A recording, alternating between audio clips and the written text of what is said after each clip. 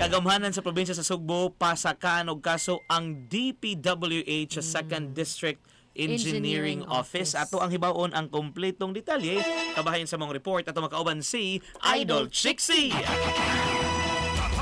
RMN Report.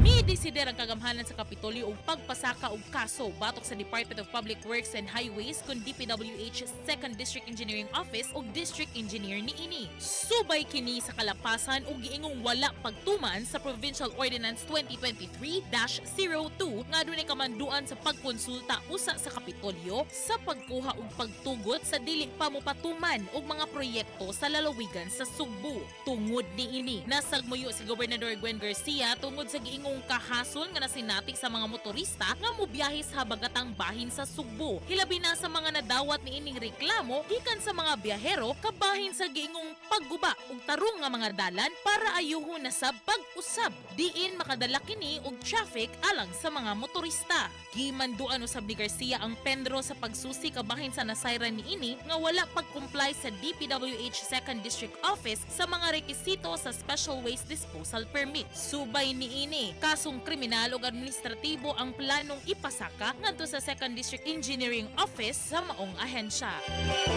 Alang sa IFM, balita sa buntag kini si Idol Chixie. Di kapugan sa paghatod sa nagudaog labas nga balita. Tatak RMN, tatak IFM, balita.